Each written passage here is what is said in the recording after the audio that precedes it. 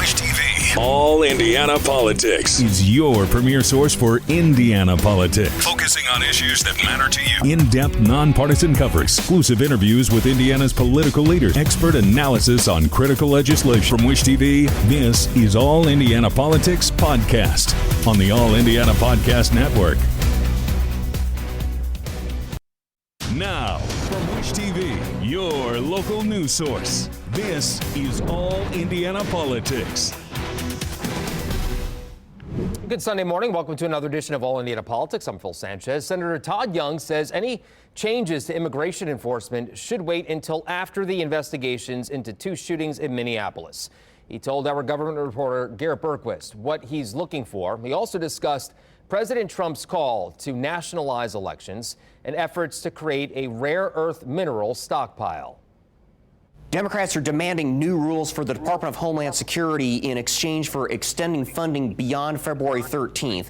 Those include requiring judicial warrants and requiring ICE and Border Patrol agents to display badges and identification and prohibit wearing masks. Do you support that?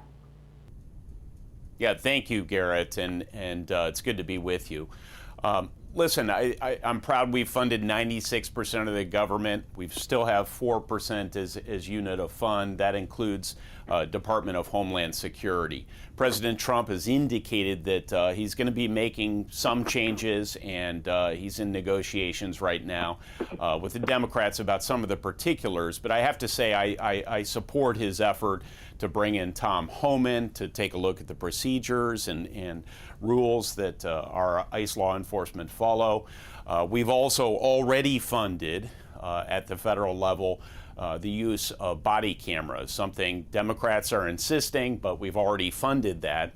Among the many suggestions that they put forward are some that I am told will jeopardize the public safety and undermine safety of ICE officers. And they're carrying out an important mission to carry out the laws of the land and try and send back to their home country some of our most violent criminals, and we can't undermine that. So I'll wait to see what exact reforms the president decides are appropriate, and we'll take it from there. You said you want a full and transparent investigation into the shooting of Alex Preddy. What does that look like to you? For starters, it involves having members of each of these individual sub-agencies, so U.S. Customs and Immigration, ICE, and perhaps the DHS chair herself coming before Congress. These invitations have already been extended, which is appropriate. The administration's already indicated that they will, in fairly short order, appear before Congress for a hearing. I imagine they'll get into the particulars of the thorough investigation, but all indications are right now, not only President Trump, but members of Congress have some measure of agreement about what constitutes a thorough investigation. Congressman Andre Carson told me last week he believes Secretary of Homeland Security Kristi Noem should be impeached and that ICE should be either significantly reformed or abolished in its current form. Do you support either of those actions? Now, I'm not going to get ahead of any processes or important decisions. I think the first thing we should do, consistent with the desire to have a full and transparent investigation, is to elicit all the facts. This is a tragic situation. We never want to have it happen again with respect to Mr. Preddy. And at the same time, we have law enforcement carrying out a very important mission, frankly, a mission that the president was elected to see carried out, keeping people safe and secure from violent criminals who unfortunately have come across our border in recent years and populate much of the country. So the next step is to elicit all the information we can from cabinet and sub-cabinet level officials, others if we need to bring them into Congress, and we'll do that in conjunction with a formal investigation occurring where you gather facts on the ground and learn more about institutionally what needs to happen so that law enforcement can carry out this important mission effectively, but also in a way that maintains public trust. President Trump has said he believes Republicans should nationalize voting at a minimum in 15 Democratic-controlled states. Now, the Constitution does not allow for that. Do you believe that's appropriate? Well, Garrett, I've consistently said that I trust Hoosiers to hold free and fair elections. We've consistently, during my lifetime, done a very good job with that. I charge other states. In fact, the Constitution charges other states with doing the same. So when Chuck Schumer advocated for nationalization of our elections and one-size-fits-all rules, I sort of felt like oftentimes he was gaming the system, and there's always a suspicion that that's going to occur. One of the best safety measures we have to ensure free and fair elections is to delegate the administration responsibilities for those elections to the states, and I still support that. And you are right, there are constitutional provisions that are right on point. You're co-sponsoring a bill to create a strategic reserve of rare earth minerals. President Trump has said that he's going to start a $12 billion reserve of those rare earth elements. How do we build up this reserve in the near term? Do we have enough sources to go to other than China? It's a great question, because our modern economy, our way of life, even our military-industrial base is heavily dependent on minerals that are extracted oftentimes in far-off lands and processed in China. China has over 90% of the processing capacity. We have very little in this country to get things like rare earths that help us produce rare earth magnets, which are essential to our missile systems. And really the list of vulnerabilities goes on if we don't get access to more of these minerals. So President Trump has answered the calls of many of us. I've called for a strategic reserve to be established. And I think in the near term, though, Garrett, it's going to take a while to develop the capacities so that we can take some risk out of global supply chains, and we'll have a ready source of these critical minerals when we need them. And we'll also prevent ourselves from being coerced by the Chinese Communist Party every time we want to make a major decision they disagree with. We don't want to be on the receiving end of coercion. So we're going to have to work with other countries who have the processing capacity, other countries that aren't China that we can rely on, who have the minerals in the ground. Some of these minerals we don't even have in the United States. And I, here again, have developed legislation empowering the president to negotiate these narrow free trade agreements just for minerals. And my hope is that we start to see not only informal agreements, which the administration's already trying to consummate, but actual formal free trade agreements for these critical minerals to create certainty about their access to them in the future. All right, coming up, remembering the life of Congressman Lee Hamilton, we hear from a former state Democratic Party chair. Welcome back. A former state party chair says Congressman Lee Hamilton's bipartisanship is an example to live up to. Hamilton died on Tuesday at the age of 94. He served in Congress for more than 30 years. Hamilton also co-chaired the 9/11 Commission. Former state Democratic Party chair Kip Tu talked to our Cody Adams about his legacy. On Facebook yesterday, I want to get it right, you called Lee arguably the greatest public servant in Indiana history and a North Star for so many of us in politics. Why is that? Well, he worked across the aisle back when it was more in tune, I guess, to be able to work across the aisle, that number one. But he was also incredibly smart, was a confidant of many presidents because of his intelligence and his lack of putting on airs. He was an everyman. If you saw the movie, you know, the great story about Mr. Smith Goes to Washington, it really was Lee Hamilton. He worked and served in Congress 17 terms, but later best known maybe for his work on the commission that investigated the September 11th terrorist attack, later creating the Hamilton Lugar Center at IU Indy with his good friend and late Senator Dick Lugar. What impact did Hamilton have, not just in politics, but also outside of Congress? Well, his post-congressional career is, he, I think, says his time on the 9/11 Commission was one of the most important things he did in public service. And then he went to Indiana University and started a thing down there for the university that was very successful. I just want to go back, though, for a second to him in Congress, if I might, and give you a taste of how things were at one point in the United States of America. And he was a young legislator, and he had gotten up on the floor to try to get an amendment into a bill, and he was messing it up horribly, and someone started whispering in his ear to help him get through that process. It happened to be a Republican member of the Indiana delegation, whose grandson now is the President Pro Tem of the Indiana Senate, Rod Bray. It was Rod Bray's grandfather. He helped him through that process and then made sure that the amendment got defeated because the Republicans weren't for it. But the point was he was helping a young legislator get through a process that was very difficult. I think Lee Hamilton used that his entire career to say, we need to be kind to one another. We disagree, but we need to be kind to one another.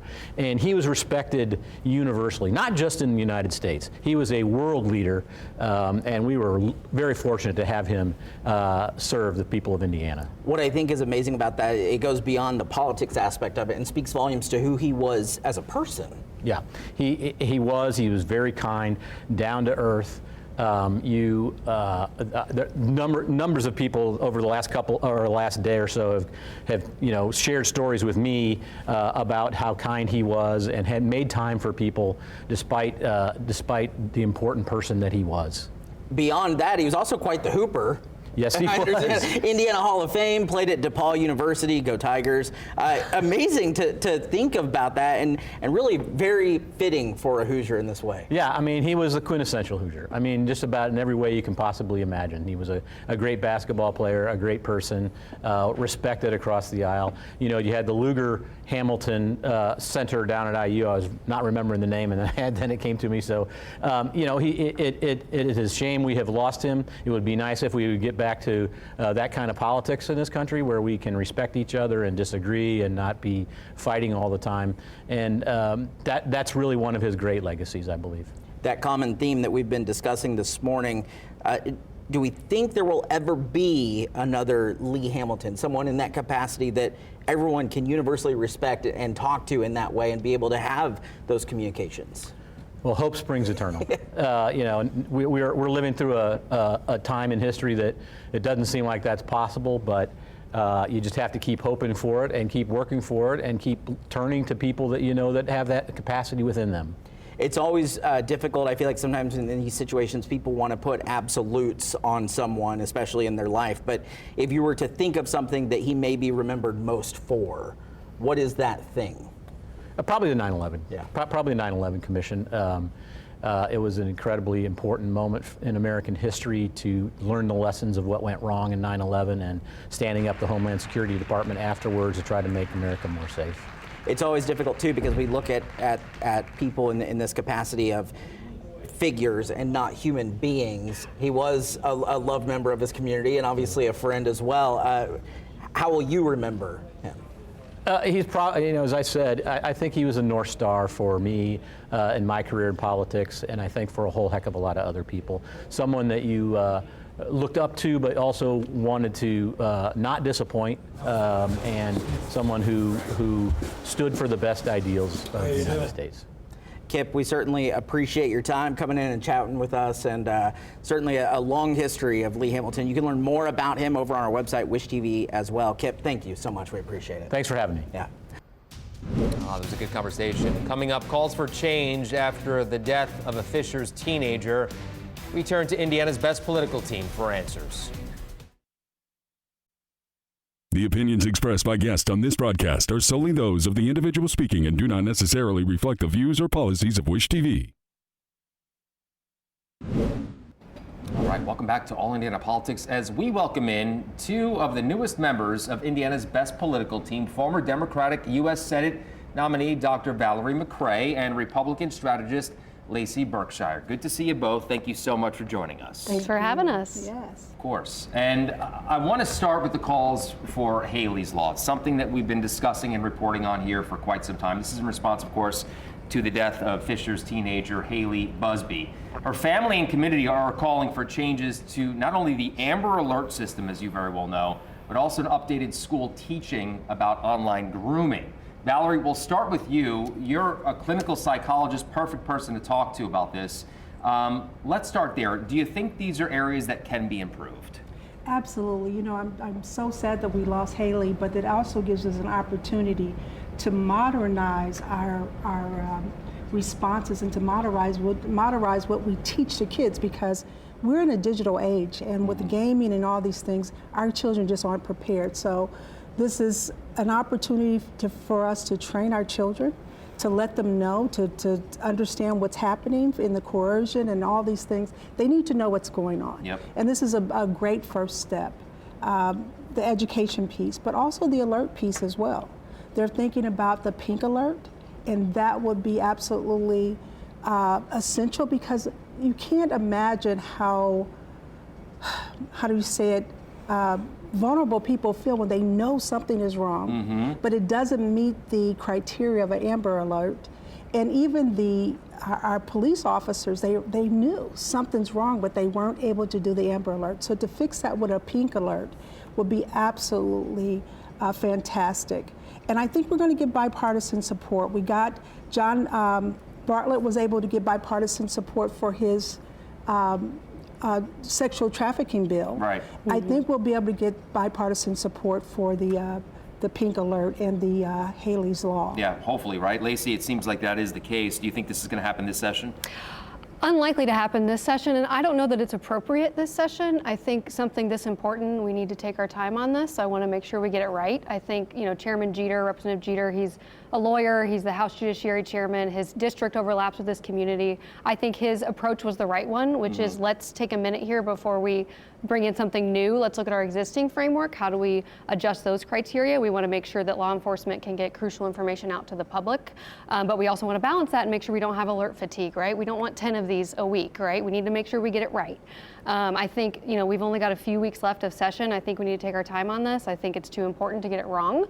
I think as far as the online grooming piece, I think, Dr. McCrae is absolutely correct. I think we need to start training our children on this. Yeah. But we need to be really careful. I have some experience in this. I helped legislate some anti-grooming legislation a few years back when I represented the prosecutors. It is really hard to define what grooming is.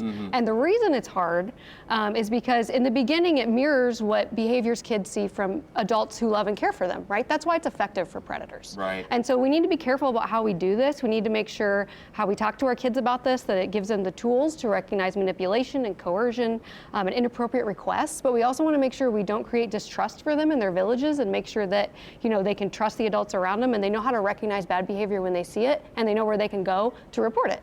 And so I don't know that it's ripe for this session. I think we need to get the right stakeholders at the table and make sure that we do this thoughtfully, because again, it's just too important to get wrong. It's a pretty hot button issue, though, so you can imagine a lot of people probably watching this saying, well, when is the right time? Because it kind of seems like it's right now with everything that's been going on. Valerie, I'll go to you on that. Absolutely. We need to strike while it's hot. Get psychologists involved, get someone like ourselves to make sure that these conversations are efficient and to make sure that they're on point. Yes, we are able to have a conversation about how they're being groomed. There is a difference between regular behavior and the behaviors of someone who's trying to groom a child or groom an adult for any kind of grooming. There are markers for that. There are ways to teach our children, hey, this doesn't feel right. So what do you need to do?